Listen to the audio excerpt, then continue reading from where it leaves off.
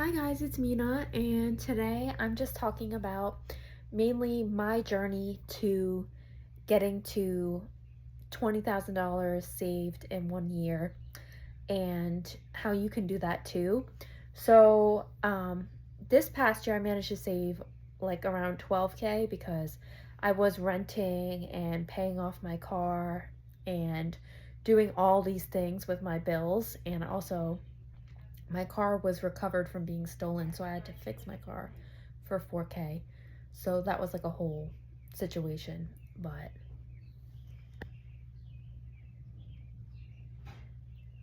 at the end of the day, it's worth it to keep going and keep saving your money because you never know if you're gonna need it for a rainy day or just like it's a freeing feeling to save up money.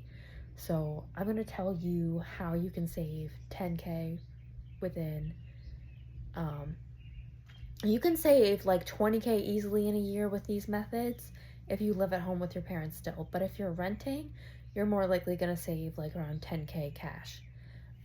So this is how you're going to be able to do the minimum 10K. I'm going to tell you how. So the first thing that you got to do when you're looking to save big amounts of money is cut back on high ticket items. What I mean by high ticket items is things with the biggest expense in your life. You know, some people are like, oh, you should give up matcha lattes and your, cold brew every day that you have. No, you don't got to worry about that. That's not what's keeping you from reaching your financial goals, isn't treating yourself every so often to a latte. It's not that. It's the big ticket items that cost like over $500 and more every month, such as housing, transportation, and food costs. Okay, so I'm going to teach you how to cut back on these. The first one with housing, you got to do house hacking. This is what I do. So, living with a partner or roommate always so that you can cut back and split the rent. The second thing is what you got to do is look for a room instead of a whole big apartment, a room or a studio. You know, if you have kids, you're not going to want to follow this method because you need space. But if you have a baby or, the child is not grown yet, that big yet, or you are still like young, you can get by with a like minimal sized room, like a studio apartment or a room. So this is going to save you a lot of money because they're not going to be charging like $2,000 plus for a singular room. Usually the rent is fairly cheap. So you can do this. Other things that you can do to save on big ticket items is on car payments. You're gonna wanna look around and really budget before you go into buying a car, because I've been tricked into buying like more expensive vehicles, than I set out to, just because they weren't really showing me the less expensive vehicles. But if you go in there and you like demand to see the less expensive vehicles, they're gonna have to show you them. So you gotta do that. You gotta be really like assertive about what you're looking for and your budget when you're going to car shop. Another thing is cutting back on car insurance.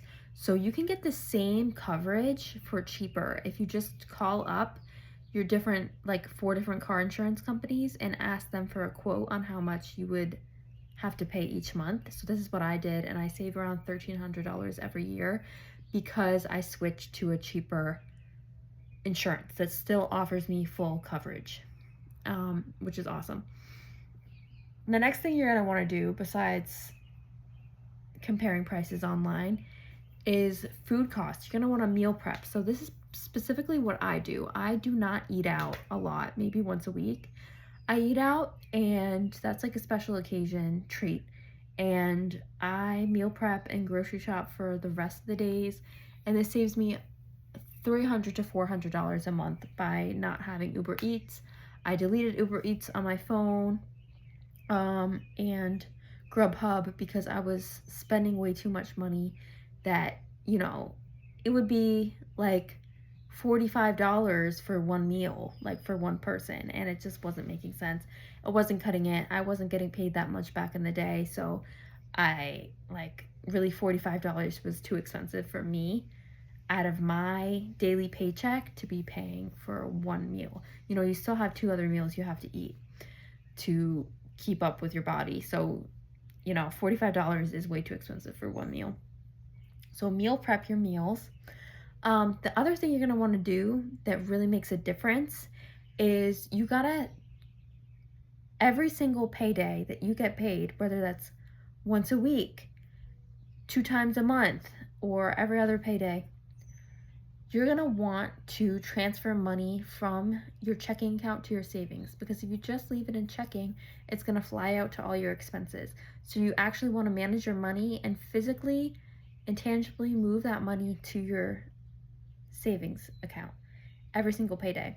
And you can make it a game for yourself. Like, I like to like gamify it, and really what I do is I see if I can beat my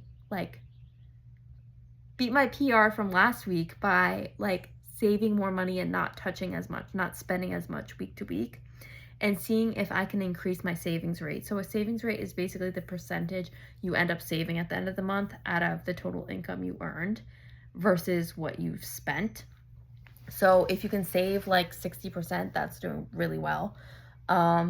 Usually my savings rate is around 40%, just for a heads up, at the end of the month. I start out by saving a lot more, and then slowly it dwindles. So if you really got to put a restraint on yourself at some point during the month, and like as early as possible, and say like, I'm not going to overspend, I'm not going to impulse shop.